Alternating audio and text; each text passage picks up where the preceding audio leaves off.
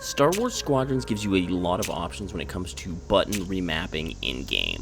Now, for a controller player, there's three major changes you need to make. Moving the boost button to the left trigger, the shunt button or focus shields to down on the D-pad, and then targeting head on the X button. I'm going to break down why, some other changes, and some things you can do with some different controller, Series 2 or SCUF controller layouts in this video. Boom, boom.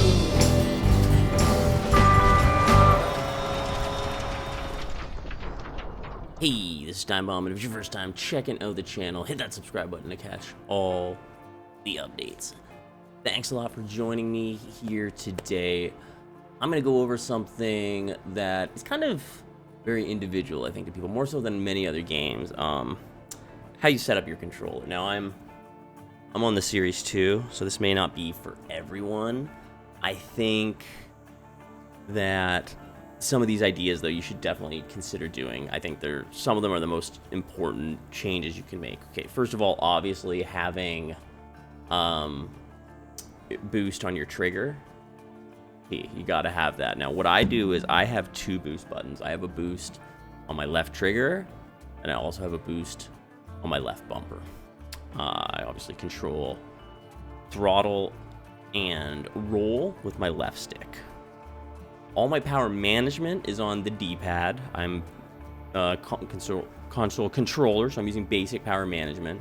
Right shields, up weapons, left engines.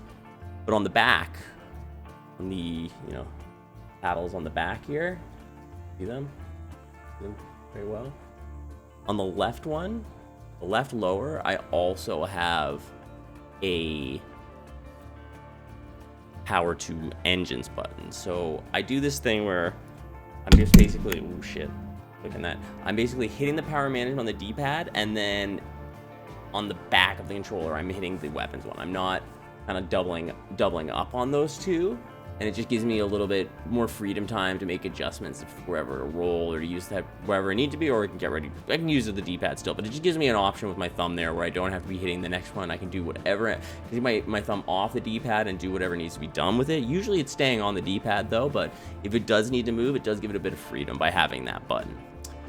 Biggest change that I have on my D-pad is the down D-pad is the shunt button, because down D-pad is normally balance power, which you never have to do. Now, shunt is default on the X button, which because you have pitch and yaw on your right stick, typically, some people do switch that up, but typically, so that's how you're controlling the direction of your ship. While you're drifting, you can't really take your thumb off of the right stick for that to hit the X button. So a lot of people I know will use their index finger to do the little claw motion to tap the X button to shunt. That's why I don't like that. I feel like it's not as good for me. I feel like I just don't like that. I can't do whatever. If I want to fire my auxiliary with the right bumper, I can't do that while I'm doing it. So what I do on the D-pad is it gives me the ability to control the ship with my right thumb and shunt with my left thumb, because it's already going to be on the power management anyway. I feel like it's the best way. Of course, for New Republic might not matter as much if you don't need to deflect your shields. It's more of a simple thing. But with the Empire, where you're doing so much shunt charging to get around, you should be shunt charging. If you're not, having it on the D-pad is key. If you're shunt charging, I think that is the easiest move to make, is to put your shunt charge on the down D-pad. Put your shunt on the down D-pad, and that change will be huge. Ones people aren't talking about, I really think it's the biggest move that you can make actually to help most people out off the X button. And plus, it can give you don't need to put the balance on the X, so it gives you another button on the X for targeting or whatever you need. So I really think it opens up a lot. Speaking of targeting, my left paddle top there, I use that as my selector targeting, select ahead targeting, and opening up the target wheel, and it's perfect for that. It's like very much like a target button with that little one. So it's like the left trigger where the targeting ahead typically is, and you've moved it for the boost. This upper paddle is the best position. Honestly, if I couldn't have the upper paddle, I would 100% put that to X. That makes complete sense to me to have it there instead now, and you don't have the back paddle to put it to if you're on a standard controller. So I would make that move. Y's ping, A's, whatever, double tap and cycle selection, B, I still use as countermeasure. You can definitely make a case for moving countermeasure because I do have to move my thumb off the right stick anytime I want to use countermeasure or use the index claw movement again, which depending I use either or. It's not such a big thing. Countermeasures, you can fly away from them a bit and set yourself up to be able to hit the countermeasure when you need to, or maybe you don't need to. So I don't think it's that big a deal having it on B, but I could definitely see the move. Now you may have noticed earlier I said I have my boost drift on both the left bumper and the right trigger or left trigger. I have that on both. So you might be saying, hey, Time Bomb, where's your left bumper auxiliary then? What are you doing with your second auxiliary? I actually have that on the right side upper paddle, and then on the right lower paddle I have power to weapons.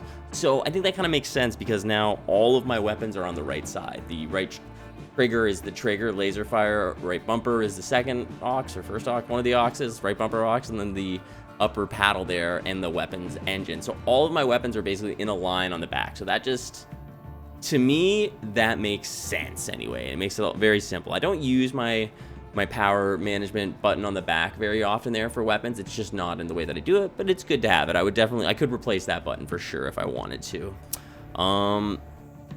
I think that's everything now. I've gone over my controls. I think the biggest thing that I've mentioned there is having, now, you know what? I guess I could talk about my 2 drift buttons. Now, the reason I like them on the bumper and the trigger, the difference. Now, drifting with the trigger, much better. Drifting with the bumper, I don't like as much. So I use the bumper to like boost skip across. I'll do those quicker little ones with it and micro drifting with it. But the trigger itself, I like to hold that when I'm going to do a longer drift, when I'm, shunt charging and holding those dead drifts. That's when I'm definitely using the trigger to hold it. So I think having 2 drift buttons is amazing if you can do it. 2 boost drift buttons. I wish that I could have a boost and a drift button. That's the biggest change I think that needs to happen to Squadrons, that probably won't, but would be the most balancing more than any ship change for the game would be if they made that change.